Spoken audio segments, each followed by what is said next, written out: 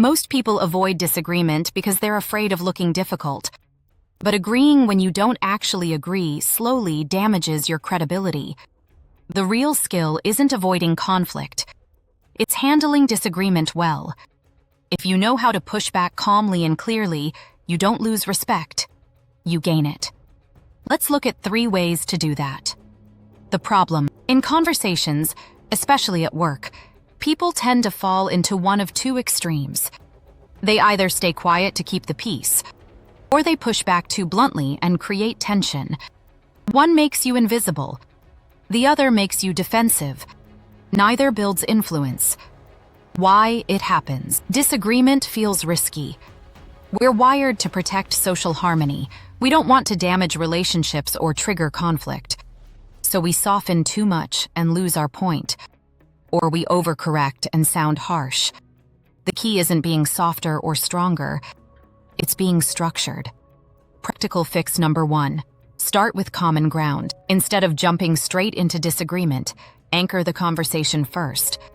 Say, "I see why that approach makes sense," or "That's a valid concern." Then pause. That short acknowledgement lowers resistance. It shows you're listening, not attacking.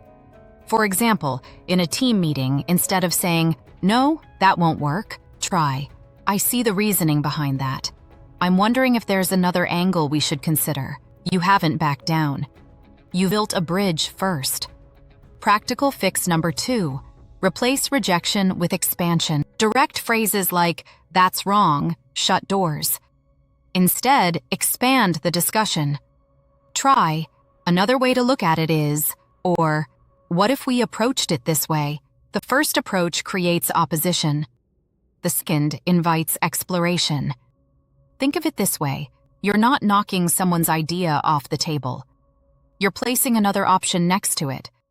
That subtle shift keeps you collaborative while still asserting your view. Practical fix number 3. Ask strategic questions. Questions are one of the most powerful ways to disagree without escalating tension.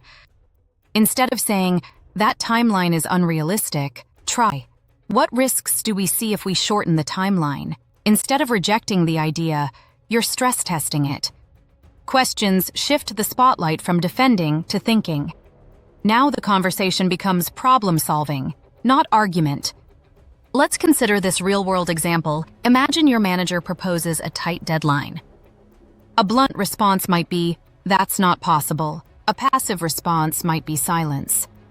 A structured response sounds like this: "I understand the urgency behind this. What challenges might we run into if we reduce the timeline by half?"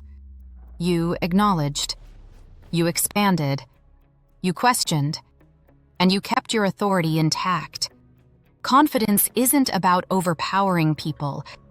It's about staying composed when perspectives clash. The next time you disagree, don't retreat and don't attack. Start common ground.